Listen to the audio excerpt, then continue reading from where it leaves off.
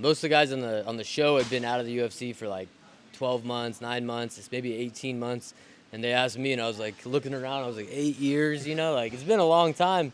I think that's just a testament to not giving up on what you're shooting after, and what you want to get after in life. And no matter how many times you get told no, you just got to keep knocking on that door and plugging away. And so if that's the story that comes out of all this for me or about me, then that's the one I would want to tell, that for anybody pursuing anything, is just to not give up on your dreams and keep fighting.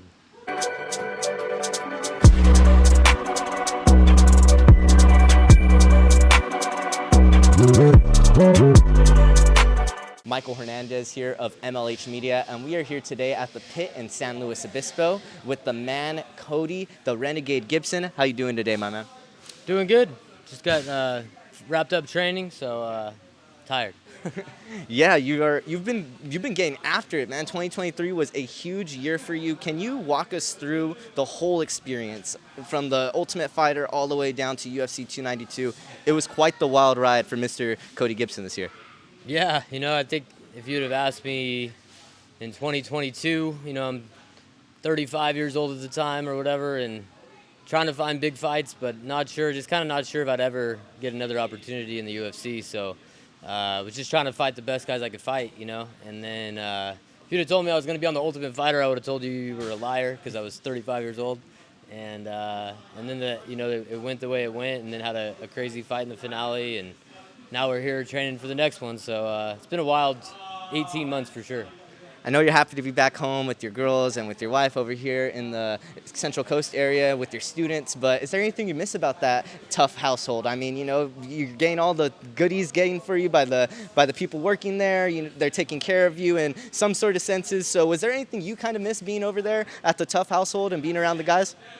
I met some great friends that I still stay in contact with. So like whether it was coaches or teammates or even the other team guys, some of the guys from the other team. So I do miss the guys, and it's cool to follow all their careers and stuff, and and the coaches and stuff like that. But I don't miss the experience. A lot of the guys didn't have kids, and so there was a difference. The guys that had kids were like ready. We were all asking the promoters or the what's the word I'm looking for? This is the industry. The producers, because they started toward the end of the show, they started trying to book us flights home. And we were all like, the earliest flight home. And then the other guys, the young guys, were like, we'll stay an extra day or two and party in Vegas. And we were like, go home. So, yeah, happy to be home.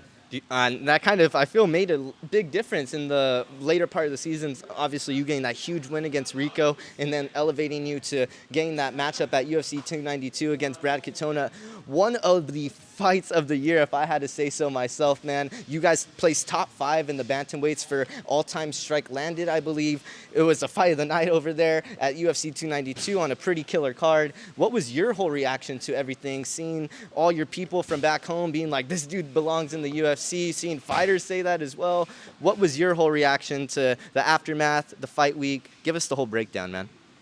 Oh man, I think it's just a testament, to working hard. Most of the guys on the show had been out of the UFC for like 12 months, 9 months, it's maybe 18 months.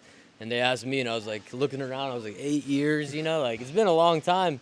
I think that's just a testament to not giving up on what you're shooting after, and what you want to get after in life. And no matter how many times you get told no, you just got to keep knocking on that door and plugging away. And so if that's the story that comes out of all this for me or about me, then that's the one I would want to tell, that for anybody pursuing anything, is just to not give up on your dreams and keep fighting. You kept on fighting in there and were able to get that contract. What was the conversation and everything that went down right after? Because I'm pretty sure, obviously, the loss, having to deal with that was a little bit tumultuous. But then getting that news like, hey, man, we want you back for a couple more fights. Take us through the emotional roller coaster through that whole process, because that's something that, Forrest Griffin seen back in the day, Stephen Bonner seen back in the day in that TUF finale. It was a little reminiscent, and a lot of UFC fans were making that comparison that night. It was definitely, I don't take losses very well. Like, I usually am in a funk for a while, a week or 2 weeks. And so going from losing a close fight, feeling like I could have done X, Y, and Z just a little bit differently and got the win. Uh, of course, that's all going through my brain, sitting in a hospital in Boston at 11 p.m. at night, which was an experience in and of itself. Yeah. And Boston's a crazy city. it was a crazy hospital. There's no doubt about it. But yeah, and then the good news started trickling in. First, we got fight of the night, so that helped put a little healing on the sting, And then to hear Dana at the press conference, obviously, still kind of like upset, but at the same time, like, hey, I went on the show. What did I come on the show to accomplish? I came on the show to get back to the UFC. I didn't do it the way I thought I was going to do it or wanted to do it per se, but did it nonetheless. So happy to, kind of reintroduce myself. I feel like I was in the UFC, and a lot of the fans today they weren't watching the UFC 8-9 years ago when I was there. And so just kind of reintroducing myself to the fans and what I bring to the table every time I come out there. So expect some more. I think a lot of fight fans are going to be very, very excited to see your name be popping up on these fight cards more and more as this year goes on. Another one of those matchups that got announced more recently for yourself, you, Davey Grant, in March. Give us the whole breakdown, man. UFC Apex, you're going back there, a place where you're just saying 2-0 in your career. How is it to go back over there to UFC Apex and to get it down with the very hungry veteran in Davey Grant? Yeah, fighting the Apex is a different experience. I don't personally love not having a crowd, but I have had success there. But it is more like, I don't know, that eeriness, kind of like there's a piece of that in the fight, and it's kind of like a sparring match, but obviously with higher stakes and smaller gloves and no shin pads and all these things, so you've got to be on your A game, And yeah, I've had 2 finishes in the Apex, so I'm looking to make it a third. Davey Grant's a savage. I've been watching him for a long time and have always been a fan of his and his style, just what he brings to the cage. And about 2 or 3 years ago, I feel like he made a switch where his likability as far as like watching him fight really increased. And I think he said it in a few interviews, like, I just decided to be free in there and fight like me and just let it go, And that's what I aim to do too. So I think, man, somebody on Twitter had told me, like, you should fight Davey Grant. And I remember thinking, like, that would actually be a really fun fight. And so here we are months later, and I'm excited, man. He brings it. I know I'm going to bring it, and I think the fans are in for a good one.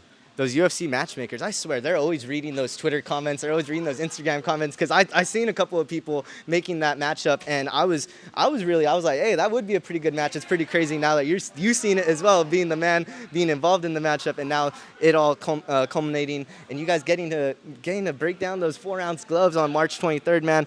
But getting to talk to you a little bit more about some upcoming events coming down in the UFC 298 in Anaheim. Was that an event that you were possibly looking to get on? I know that's a card coming to Anaheim, your home state of California. You're a California boy through and through. Was that something that you were possibly looking to get on? And now you're over here in the March month getting on a card over there. It was when it first got announced. It popped. It caught my eye, and but with my injuries and kind of the healing process that I had to go through, with a couple little surgeries and stuff, I could tell it wasn't going to match up for me, and having that extra time has been crucial. And now I'm coming into fight camp, and I'm feeling good, actually. And it gave me a solid month to just be in the gym and kind of get my body acclimated back into the gym, because you don't want to come off the couch into fight camp. Like, you want to be in a good base and foundation before you jump into like the 2-3 practices a day, hard training, extra running, extra conditioning, strength and conditioning, stuff like that. And yeah, so I think the timing of it all, I would have loved to have been on the Anaheim card, but March 23rd, I have a baby due April 1st, and so first UFC floated March 30th to me, which was going to be in Atlantic City in New Jersey, and so we were like, man, we will, but if it's possible to get on a different card, either later in April or earlier in March even, and so they came back with the 23rd, so it worked out. My mom's going to be with my wife to make sure everything's good, so I'm hoping the baby doesn't come early. But I definitely got the motivation. I got a baby, this is my last kid, but I got my first baby boy. I got 2 girls, so yeah, I got a lot of motivation to go in there and introduce this kid into the world with a big win. Any names, any ideas that you got yet for the baby boy? First one. My original was Cody Jr., CJ, we were going to call him. But my wife said that was too NASCAR. And so we're looking at a couple different ones. I won't say them because I feel like That's just like, it's my wife's kind of wheelhouse. I'm gonna be happy with whatever she chooses. So who knows? But something classic, something cool. He'll be a savage either way. I really appreciate your time today, Cody. You're always a stand-up gentleman. Some would say you are a mensch in the culture of many, man. You're the man. You know, you're always doing the interviews with me, always great to the media, and just overall a great guy. A couple last questions here for you. You got your guy, Aljamain Sterling, man, somebody that you fought in the past, somebody that you've gotten to train with. He's going to be making the move up to 145, going to be fighting Calvin Kattar over there at UFC 300. How are you feeling about that matchup? A big move up in weight for him. It's something that he's been playing on for a while. You obviously know Aljo a lot better than a lot of us. How do you feel about that whole matchup going down? I think it's actually a good matchup for Aljo. Cater's a really, good boxer, good striker. But I think wrestling's similar to Rob Font, his teammate, is kind of his downfall. It's not his strong suit. He's not a D1 wrestler type dude. And I'm not saying he doesn't have good grappling, but I do feel like Aljamain's going to have an advantage there. He's going to have to get it on the ground, and he's going to have to do it in ways that he's going to have to disguise it better than he did against Sean O'Malley for sure. But Aljo's a freaking spider monkey, man. That guy, yeah. So I like the matchup for him. I think it's a good one at 145s. I would have loved to see him fight Max Holloway too. But yeah, it'll be interesting to see for sure. And he's a big dude, so I don't want to get in these guys' way. Anybody that you wanted to thank for this upcoming fight camp? You obviously have a lot of people supporting you. I mean, you're the Central Valley kid, being over there from the Visalia area, and then the 805, you got a ton of love over here, training over here for quite some time now. As I said, man, you're kind of been that California guy, California staple now in that regional scene, now making his way into the UFC. A lot of people cheering you on. Anybody that you wanted to thank for this upcoming fight on March 23rd?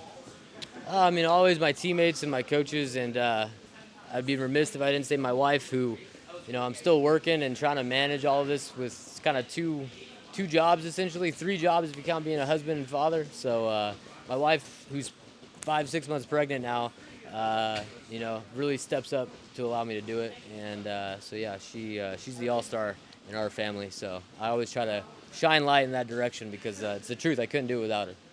You are not a one-man team, but you are definitely the man in a lot of UFC fans' hearts, and you are looking to climb that to that 20-9 record on March 23rd as he will be taking on Davey Grant over there at the UFC Apex. Thank you so much for your time today, Cody Gibson. Michael Hernandez of MLH Media, and we are going to be signing out over here at the pit in San Luis Obispo with the man himself, Cody the Renegade Gibson. Thank you for your time today, brother. Cool, man.